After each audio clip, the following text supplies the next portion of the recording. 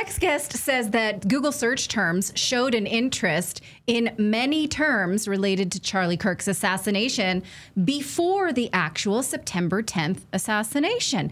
James Lee from the 5149 show on YouTube is reporting that Google Trends showed the following terms had been trending before Kirk was assassinated in two different places, Washington, D.C., and also in a foreign nation, you may have heard of them, called Israel. Here's a list of some of the things that he and others have found were trending prior to September 10th. Tyler James Robinson, the airplane, the Losi Center, which is the rooftop where the shooter allegedly was, the weapon, the hospital where he was taken, these doctors, the medical examiner. Now, a lot of this came originally from the Real Baron podcast, and then our next guest has furthered this by searching into Google Trends for himself. So thank you so much, James, for joining us for the first time on Redacted. Hey, thanks for having me on the show, guys.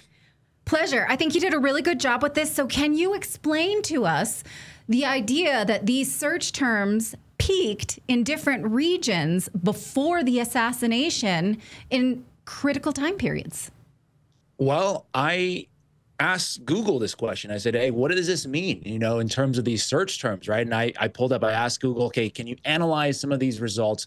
What do they mean? And they say, okay, they gave me two options. One of them being that, hey, you see all these search terms like you just showed your audience, the Tyler Robinson, Losi, Center, Mauser 98, et cetera, et cetera.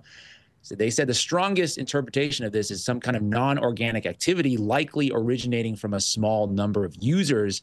And it said that it was potentially for reconnaissance or verification, a small number, a small group of people or a single individual, potentially someone involved or aware of the planning of the assassination, was using Google to conduct online reconnaissance or verification.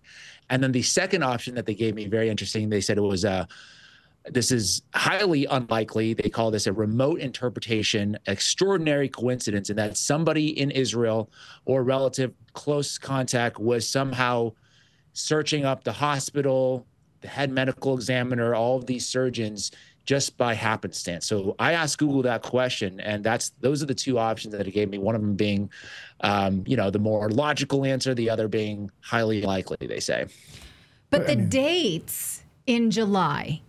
Right. Well, there's two different clusters. Very interesting. So what I found from the DC dates, they were very close to the assassination 1 or 2 days before. So on like September 9th, September 10th, that's when they were clustered. Now, the searches for the Utah hospital medical examiner, as well as some of the surgeons that work at the hospital there, the Timpanogos Regional Hospital, those are centered around dates that are closer to the end of July, mid to late July. And one thing very interesting about that people were talking online, and this is veering into sort of the conspiracy space, is that if you remember the infamous, or now infamous, group text message from Charlie Kirk and a number of different donors, they were discussing after the TPUSA event in mid-July, that I think it was in Tampa, Florida, they were very unhappy with the platforming of Tucker Carlson, as well as the debate between Dave Smith and Josh Hammer.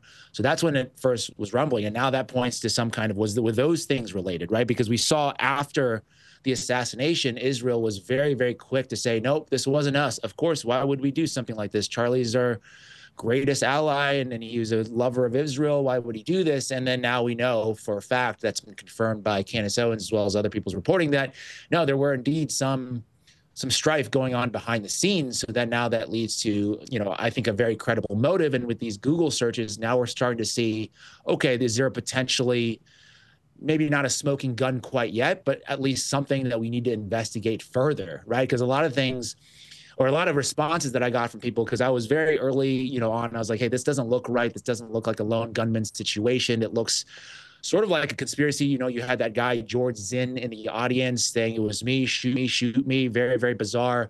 And you had a very quick disinformation campaign that started right after the event. So that does not look like just a lone gunman type of situation.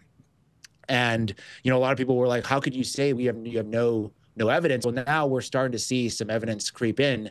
And one thing, this is kind of a cheeky joke, but the Mossad, if they were involved in this kind of thing, the Mossad is supposedly one of the greatest spy organizations in the world. So you got to give them a little bit of credit in that, you know, they would hopefully do a good job and not leave too many trails behind. If we online were able to sleuth this out within a couple of days, I would feel like they weren't doing a good job. So I think that's kind of where I'm at with this. Like, this is certainly enough that it should warrant investigation, more conversation. And then, you know, you just saw Kash Patel, I think it was yesterday, go on and say, well, any kind of discussion online from people on social media, that is going to be very harmful for Charlie's family, and we must shut down this conversation. And I think that's kind of a red flag for me, is that, you know, saying that investigating further is somehow not good. That sounds kind of like a cover-up or a psyop. That's kind of how Someone in our chat room just said, yeah, when people are trying to tell you to look the other way or just to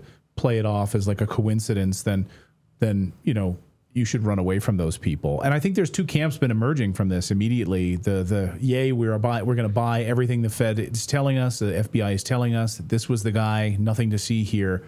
And then there's a lot of us who are saying, wait a second, there's too many inconsistencies here. Why would there be these clusters in D.C. and Israel searching for things like the Losi Center? I mean, who cares in Israel about the Losi Center? I'd never even heard of it until everything that unfolded. I mean, why would people specifically being searching out for these the Mauser 98, the alleged weapon, ahead of time?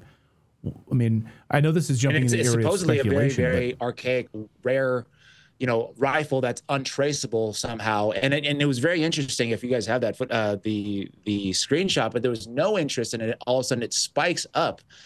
And I just thought, man, that's got to be more than just a coincidence, because nobody's really talking about this gun, right? It has no interest in the Mauser 98. Boom, all of a sudden it spikes up, which is this is the one we're showing for Tyler James Robinson. But again, it's the similar patterns. Can I ask you, though, so when we look at this forensically, like, it's one thing to speculate and say, you know, why were these people doing this? It's like, you know, newspapers printing or reporters reporting that Building 7 had collapsed before it had collapsed. Like, it's all very interesting, right? Like, why would you mention Building 7 had collapsed and it hadn't collapsed yet? Oh, okay.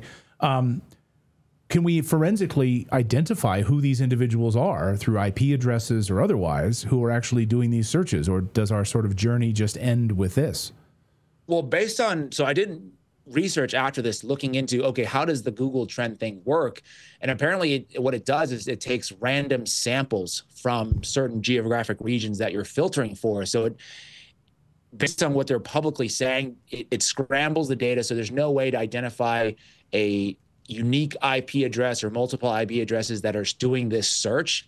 I don't know what they have behind the scenes. Could Google unscramble it? I mean, after all, Google started with a grant from the CIA, right? That's what I'm implying there. I don't know if they have a backdoor. They probably likely do have a backdoor for the government. I think they're more or less required to do so. So I think there's definitely more investigation that can be done. And what's something that's interesting too, because you mentioned Baron Coleman, he was one of the first to report this. So kudos to the decentralized independent journalism world. That's the kind of stuff that, you know, we are, that's such a good sign for the world of journalism, to have people come on and bring this theory to the public, have other people scrutinize it. And one thing that I was doing over the course of maybe 2 or 3 days, I noticed that these searches were changing over time. And then the main searches, like, some of them are still there, some of them you could still find right now, but the big names, like if you search Tyler Jane Robinson, do that exact same filtering. I just did this yesterday again. And now it's not even a flat line. They just say this search term is not available. It's not there anymore. Right. That's the other big piece of the story. Now they're just wiping it. So all of the research that you did, like, good thing you got screenshots, because now you can't do it anymore. They're not letting you do this research. Google. Right. It's really bizarre. It's not saying it's not like zeroing it out. It's just saying this search term is unavailable. Unavailable. Okay. I mean, so, I mean, clearly we all searched it collectively on September, well, I guess 11th or 12th, when he was allegedly turned himself in. So now we can't even see that because they can't manipulate that data. That's outrageous.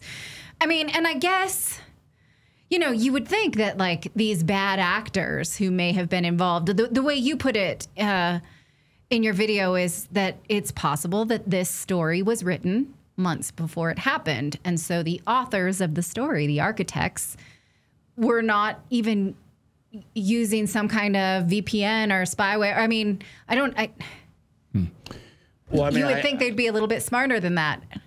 I would think that. I don't know if it's just some kind of trace where maybe they were doing, maybe they were using VPNs, but I don't know if anybody would have thought that this would have been a potential lead after the fact, right? They maybe thought, I think right now, a lot of what I'm saying is they're kind of playing catch up in how decentralized journalism works, where everybody's sleuthing out things, finding different avenues to investigate.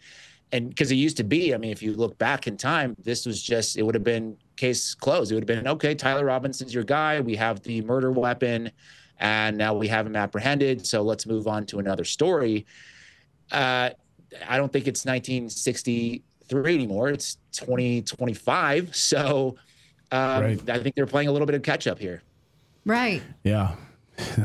People like you do incredible work. There's so many similarities here. If you look at the things that happened, right? A lot of people are familiar with the JFK assassination, but I did a video digging into some of the other high-profile assassinations in history, including RFK, as well as the MLK assassination. And there's just so many parallels to this story of, say, evidence getting destroyed, right? Right now, you see UVA being basically completely reconstructed. That whole site is now totally different.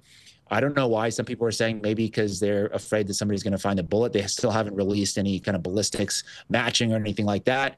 And in 1968, was it for MLK, there was eyewitness saying that, hey, they saw some person in the bushes across the street that was in a different location than the actual shooter, James Earl Ray, who they call, the FBI head at the time, J. Hoover, said that he was a very hateful person. That's why he did this. And we got him. And then the next day, the Memphis Public Works went and cut down that bush. So that's a very, very similar parallel to this situation where you're seeing crime scenes being basically reconstructed. And also in that particular case, there was no ballistics match that ever occurred. They weren't able to match the bullet to the gun. And in this situation, I don't think they've been able to do that. I think you've had some ballistics experts on your show to talk about how, it's basically impossible for a 30-06 to cause such little damage. I mean, it was a very traumatic and catastrophic hit, of course, but, a lot of people are saying his head should have been blown off. So how do you explain that? Yeah, don't ask questions, though, James. They've given us the official story, so no more questions to be asked. Your work is done here. Right. James, great to see you. Yeah. Great work on this. Encourage people to check out. We'll link it up and make sure people can check out all of your work on this. Thank you so much for joining us. We really appreciate it. Love to have you back on the show. Hey, Clayton, Natalie, thank you so much for having me on. Appreciate you guys. You bet. Thank you, James. Great to have you.